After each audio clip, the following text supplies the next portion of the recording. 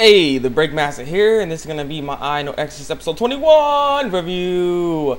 And I'll say this is actually a pretty interesting episode because you get to see Shimi and stuff, and Nimhod's wife and whatnot in this episode, and it was very interesting. So it was a good episode. It's a good episode. So basically, the episode starts off with Shimi wondering about what's going on with the people, with his friend, with her friends and stuff like that, and wondering if they're okay and yada yada yada. You know, the stuff that she always wondered about. She don't really do that thing. And so, you know, opening happens, and basically the highlight of this episode was trying to get information out of what's his name, Nimbus, or whatever his name is. I don't really know how to say his name. It's the guy with the eye patch. His name is Nubius or something like that. And he's trying to get information out of him. So at first he was not really saying much, or they weren't asking the right questions. So Ren wanted to go in and ask questions like, you know, like, why you get this person to attack my friends and stuff. Like, you answer me, do it, answer me, who is it? And so Nimhod's actually starts explaining everything what happened, because apparently Nimhod's wife basically is a dead corpse, and she got brought back to life somehow. And so that's forbidden, of course. So they're not supposed to be doing that. And they thought Nimbus did it, but Nimbus didn't do it. When he came back from his place or whatever he was doing, he ended up seeing her corpse. I mean, because she was still storing the body to make it still fresh and stuff. You know, it doesn't just die out and, like, you know, rot.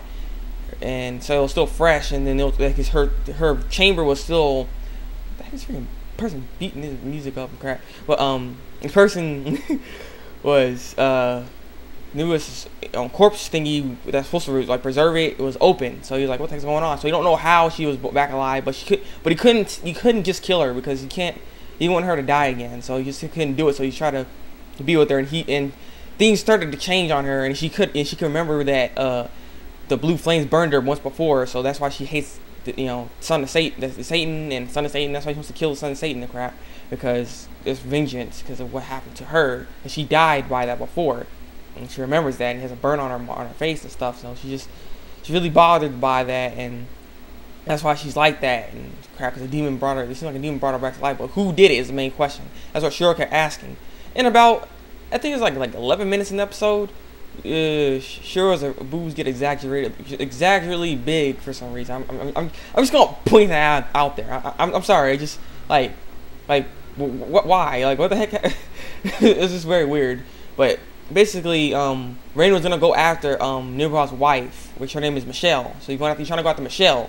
So he was going after her, but Shiro's like, wait, he was giving this talisman to him, and if she's close, the talisman will react. I guess that's what they're supposed to do. But he didn't know how to use it at first, and he wanted to call Shiro, but he didn't want to get jacked up. And then Shimi ends up calling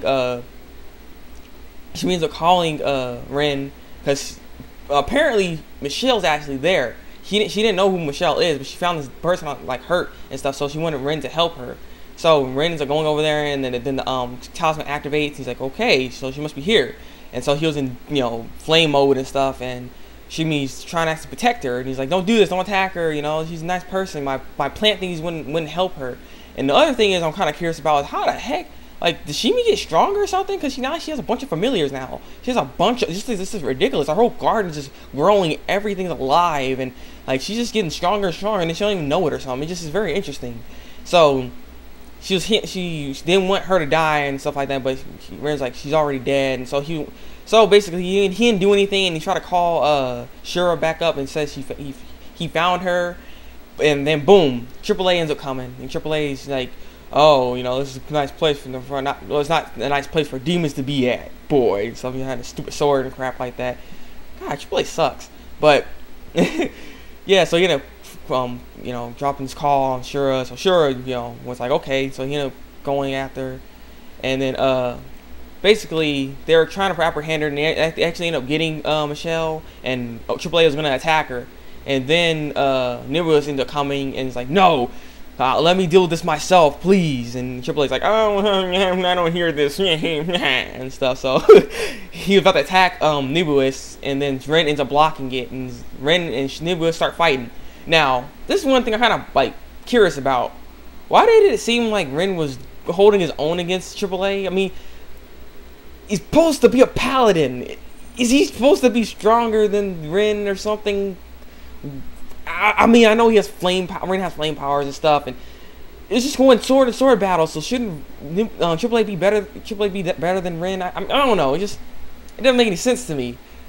But yeah, they're going toe to toe, and then Triple A ended up knocking him back a bit, and so Michelle's like, why would the son of Satan protect me? Because she hates that and wants revenge. So she's like, what's going on? And so as Triple A and Ren are still fighting, someone's about to shoot Ren, but then Michelle takes the bullet, and then it was like, no, oh my god, and stuff. So he ends up picking her up and trying to leave and stuff. He's like, well, we'll go to that garden and stuff, because she was talking about the garden that Shimi actually wants to go to. That's why she wants to be her friend. She was being kind of persistent with it too, but that's why they want to be friends and stuff like that. So Nibu was walking away with Michelle, and people are about to shoot Manibus and her, but then Shimi went beast mode, and all her familiars attacked people were about to shoot and knocked them out all the way and stuff. So yeah, so they ended up getting away, I guess, it seems, and I wonder what's gonna happen next with them, because I think they just walked away. They were gone, and basically the main thing that happened in this episode is that at the end of the episode we get. Oh yeah, I forgot. I just skipped something important. Before the AAA fight,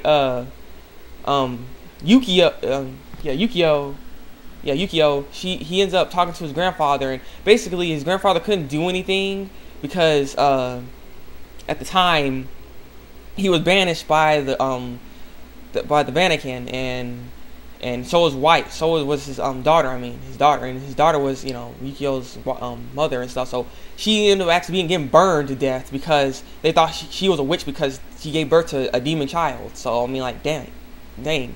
So with him, he got banished and stuff because he's the father of that daughter, so he got banished. So he ends up actually making this whole gigantic group to fight against the Vatican, to be stronger than the Vatican and actually have real justice and whatnot, and so on. So he wants Yukio to join. So like I said, at the end of the episode, we end up seeing his Yukio's grandfather congratulating Triple A, saying he's a good paladin and all that crap. But then Yukio ends up coming. So I'm curious now, because this group, because the higher ups for the Vatican, they're gone for some reason. I don't know what happened to them, but Yukio's grandfather was there, and Yukio was there, and he was just sitting there like, oh snaps, like he kind of like all beast mode and stuff. So I'm curious, like, what's going on here? What is going on?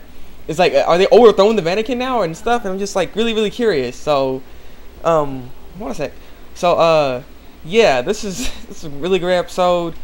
For that part right there, because I was like really like, wow,